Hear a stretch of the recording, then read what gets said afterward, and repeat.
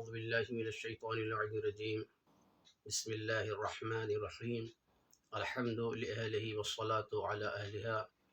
ناظرین کرام، سلام علیکم ورحمۃ اللہ وبرکاتہ۔ ایام عزائے فاطمیہ کا سلسلہ اپنے اختتامی منزلوں تک پہنچ رہا ہے، اور اس سلسلے میں آپ حضرات کی خدمت میں سیدہ زہرا سلام اللہ علیہا سے متعلق واقعات پیش کر رہا ہوں۔ آج میں چاہتا ہوں کہ تسبیح فاطمہ سلام اللہ علیہا کی فضیلت بیان کروں، لیکن اس سے پہلے میں یہ بتانا بھی چاہتا ہوں کہ تسبیح فاطمہ سلام اللہ علیہا کا سلسلہ کب سے شروع ہوا۔ تو علل الشرائع میں شیخ صدوق علیہ الرحمہ حضرت امیر المؤمنین علی بن ابی طالب علیہ السلام سے روایت نقل کرتے ہیں کہ آپ نے بنی اسد کے ایک شخص سے کہا، کیا تم چاہتے ہو کہ میں اپنے اور فاطمہ کے بارے میں تم سے بیان کروں؟ تو سنو، فاطمہ میرے گھر میں تھی اور انہوں نے پانی کی اتنی مشق بھری کہ مشق کا نشان ان کے بدن پہ ثبت ہو گیا۔ آٹے کی چکیاں اتنی پیسیں کہ ہاتھ زخمی ہو گئے۔ گھر میں جھاڑو اتنا دیا کہ کپڑے خاک آلود ہو گئے، اور چولہا اتنا سلگایا کہ کپڑے کالے ہو گئے۔ یہ سب دیکھ کر میں نے ایک دن فاطمہ سے کہا کہ کاش آپ اپنے بابا کے پاس جاتی اور ایک خادمہ کی درخواست کرتی۔ چنانچہ ایک دن فاطمہ اپنے بابا کی خدمت پہ پہنچی، لیکن دیکھا کہ وہاں کچھ افراد سے حضرت صلی اللہ علیہ وسلم محو گفتگو ہیں، لہٰذا کچھ کہہ نہ سکیں اور گھر واپس آ گئیں۔ لیکن پیغمبر اکرم صلی اللہ علیہ وسلم بی بی کی آمد سے سمجھ گئے تھے کہ کوئی کام ضرور رہا ہوگا، اس لیے فاطمہ یہاں آئی تھی۔ چنانچہ دوسرے دن پیغمبر اکرم صلی اللہ علیہ وآلہ وسلم ہمارے گھر تشریف لائے اور دروازے کے باہر کھڑے ہو کر آواز دی، السلام علیکم، لیکن ہم شرم کے مارے خاموش رہے۔ دوسری بار پھر کہا السلام علیکم، پھر شرم کے مارے ہم خاموش رہے۔ لیکن جب تیسری بار پیغمبر نے السلام علیکم کہا تو ہم ڈر گئے کہ کہیں پیغمبر واپس نہ چلے جائیں، کیونکہ پیغمبر کا دستور رہا ہے کہ وہ کہیں بھی جاتے تھے تو دروازے پہ کھڑے ہو کر سلام کرتے تھے، اور اگر تیسری بار بھی کوئی جواب نہیں آتا تھا تو واپس چلے جاتے تھے۔ تو مولا امیر المومنین علیہ السلام کہتے ہیں کہ میں نے فوراً جواب دیا، وعلیک السلام یا رسول اللہ، اندر آ جائیے۔ حضرت صلی اللہ علیہ وآلہ وسلم اندر تشریف لائے اور بیوی سے آنے کا سبب دریافت کیا کہ بیٹی کل کیوں آئی تھی، کوئی کام تھا؟ لیکن فاطمہ شرم کے مارے کچھ بول نہ سکی۔ لہٰذا میں نے اللہ کے رسول سے کہا کہ میں بتاتا ہوں کہ فاطمہ کیوں آپ کے پاس گئی تھی۔ بات یہ ہے کہ فاطمہ نے اتنی مشقیں بھری ہیں پانی کی کہ مشق کا نشان بدن پہ ثبت ہو گیا ہے، اور چکیاں آٹے کی اتنی چلائی ہیں کہ ہاتھ زخمی ہو گئے ہیں۔ گھر میں جھاڑو اتنا دیا کہ کپڑے خاک آلود ہو گئے، اور چولہا اتنا سلگایا کہ لباس سیاہ ہو گئے۔ تو میں نے ہی ان سے کہا تھا کہ کاش آپ اپنے بابا کے پاس جاتی اور ایک خادمہ کی فرمائش کرتی۔ تو وہ خادمہ گھر کے سارے کام کرتی۔ یہ سن کر حضرت صلی اللہ علیہ وآلہ وسلم نے فرمایا، کیا تم نہیں چاہتے کہ میں اس سے بہتر کوئی چیز تمہیں بتاؤں کہ جو خادم سے بھی بہتر ہو اور خادمہ سے بھی بہتر ہو؟ سنو، جب تم سونے لگو تو سونے سے پہلے 34 مرتبہ اللہ اکبر، 33 مرتبہ الحمدللہ اور 33 مرتبہ سبحان اللہ کہہ لیا کرو، اور اس کے بعد سو۔ اسی کو تسبیح فاطمہ اور تسبیح زہرا سلام اللہ علیہا کہا جاتا ہے، اور یہیں سے اس تسبیح کا سلسلہ شروع ہوا۔ مولا امیر المومنین صلی اللہ علیہ وسلم فرماتے ہیں کہ فاطمہ نے 3 مرتبہ کہا کہ میں اللہ اور اس کے رسول سے راضی ہوں، میں اللہ اور اس کے رسول سے راضی ہوں، میں اللہ اور اس کے رسول سے راضی ہوں۔ کچھ دن تک یہ تسبیح ہاتھوں پہ گنتی رہی شہزادی، اور اس کے بعد سید الشہداء جناب حمزہ کے قبر کی مٹی سے بی بی زہرا سلام اللہ علیہا نے ایک تسبیح بنائی، اور پھر اس تسبیح پر یہ ذکر پڑھنے لگیں۔ اسی لیے آج کے زمانے میں بھی ہمارے لیے مستحب اور باعث ثواب یہ ہے کہ ہم سجدے والی جگہ پہ خاک شفا استعمال کریں، اور تسبیح پڑھنے کے لیے امام حسین علیہ السلام کی قبر کی مٹی کی بنی ہوئی تسبیح کو استعمال کریں۔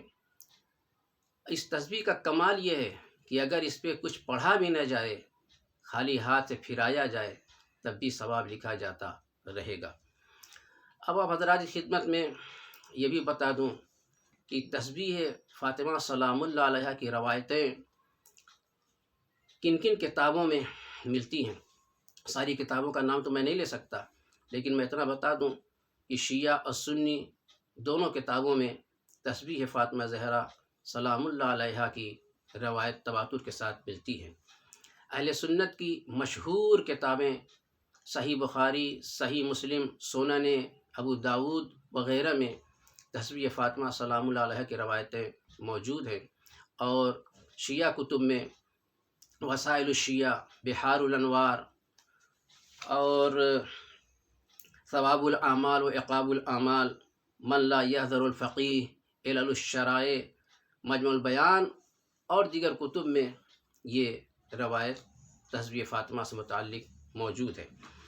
آج آپ حضرات کی خدمت میں ان کتابوں کے حوالے سے چند روایتیں پیش کرنا چاہتا ہوں۔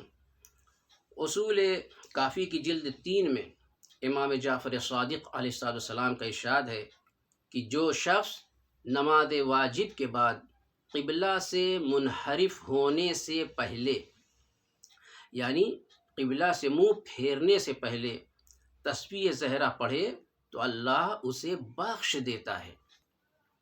ہمارے ہندوستان کا رواج نہ معلوم کہاں سے یہ مسجدوں میں رائج ہے کہ جو ہی نماز ختم ہوئی فوراً داہنے مصافیہ، بائیں مصافیہ، یعنی فوراً قبلہ سے منحرف ہو جاتے ہیں۔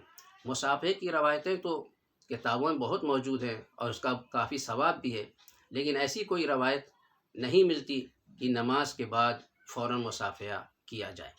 نماز کے بعد جو روایت موجود ہے وہ یہی ہے کہ جو ہی نماز ختم ہو، انسان جس حالت میں تشہد و سلام پڑھ چکا ہے، بالکل اسی حالت میں فوراً تسبیح فاطمہ سلام اللہ علیہا پڑھے تو اللہ تعالیٰ اس کے سارے گناہوں کو بخش دے گا۔ لہذا ضروری ہے کہ ہم مصافحہ بعد میں کریں، لیکن نماز ختم ہوتے ہی فوراً جس حالت میں تشہد و سلام پڑھا ہے تسبیح زہرا سلام اللہ علیہا پڑھیں تاکہ اللہ تعالیٰ ہمیں بھی بخش دے۔ اب وسائل الشیعہ کی جلد 6 میں امام جعفر صادق علیہ السلام کا فرمان ہے کہ ابو عبداللہ علیہ السلام نے فرمایا، جس نے تسبیح فاطمہ سلام اللہ علیہا کو پڑھ لیا گویا اس نے خدا کے لیے ذکر کثیر انجام دیا۔ اللہ اکبر، اتنا ثواب تسبیح فاطمہ سلام اللہ علیہا کا۔ وسائل الشیعہ کی جلد 4 میں امام محمد باقر علیہ السلام کا ارشاد ہے کہ تسبیح فاطمہ سے بہتر کسی اور طریقے سے خدا کی عبادت نہیں کی گئی۔ بے شک اگر کوئی چیز اس سے بھی زیادہ افضل ہوتی تو رسول خدا صلی اللہ علیہ وآلہ وسلم اپنی بیٹی فاطمہ کو وہی چیز تعلیم فرماتے۔ کتاب فلاح المسائل میں حسن بن علی علوی امام علی نقی علیہ السلام سے نقل کرتے ہیں کہ میں نے امام سے یہ کہتے ہوئے سنا کہ آپ صلی اللہ علیہ وسلم فرما رہے تھے کہ آپ علیہ السلام فرما رہے تھے، یعنی امام علی نقی علیہ السلام فرما رہے تھے کہ ہم اہل بیت میں رات کو سوتے وقت 10 خصلتیں پائی جاتی ہیں۔ ان خصلتوں میں ایک خصلت یہ ہے کہ ہم وضو کر کے داہنی کروٹ سوتے ہیں اور تسبیح زہرا کے ساتھ سورہ فاتحہ اور آیت الکرسی پڑھتے ہیں۔ اسی کتاب فلاح المسائل میں امام جعفر صادق علیہ السلام سے راوی نے روایت نقل کی ہے کہ میں نے سنا کہ امام السلام فرما رہے ہیں کہ جو کوئی نماز واجب کے بعد تسبیح زہرا سلام اللہ علیہ پڑھے تو اس سے پہلے کہ وہ اپنے پاؤں کھولے اللہ اس پر جنت واجب کر دیتا ہے۔ اسی طرح ثواب الاعمال و عقاب الاعمال میں امام جعفر صادق علیہ السلام کا ارشاد ہے، ہر نماز واجب کے بعد تسبیح زہرا سلام اللہ علیہ پڑھنا مجھے روزانہ 1000 رکعت نماز پڑھنے سے زیادہ پسند ہے۔ اللہ اکبر، کیا مرتبہ ہے تسبیح زہرا سلام اللہ علیہ کا۔ صادق علیہ محمد علیہ السلام فرماتے ہیں کہ ہر نماز واجب کے بعد تسبیح زہرا سلام اللہ علیہ پڑھنا مجھے روزانہ 1000 رکعت نماز پڑھنے سے زیادہ پسند ہے۔ لہذا وہ افراد کہ جو نماز ختم ہوتے ہی بھاگ جاتے ہیں انہیں چاہیے کہ کم از کم تسبیح زہرا سلام اللہ علیہ ضرور پڑھا کریں۔ امام جعفر صادق علیہ السلام سے یہ بھی منقول ہے کہ آپ نے ابو ہارون سے فرمایا، اے ابو ہارون، ہم اپنے چھوٹے بچوں کو جس طرح نماز پڑھنے کا حکم دیتے ہیں اسی طرح ان کو تسبیح زہرا سلام اللہ علیہ پڑھنے کا بھی حکم دیتے ہیں۔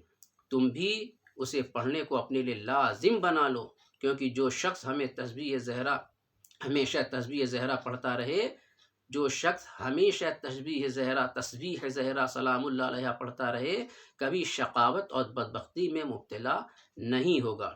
بہار الانوار کی جلد 82 میں نقل ہوا ہے کہ ایک شخص امام جعفر صادق علیہ السلام کے پاس آیا، امام نے اس سے بات کی مگر وہ امام کی بات سن نہ سکا اور امام سے اپنے بہرے پن کی شکایت کی، تو امام نے اسے فرمایا تمہیں کس نے منع کیا ہے، تم کیوں تسبیح زہرا سلام اللہ علیہ سے غافل ہو؟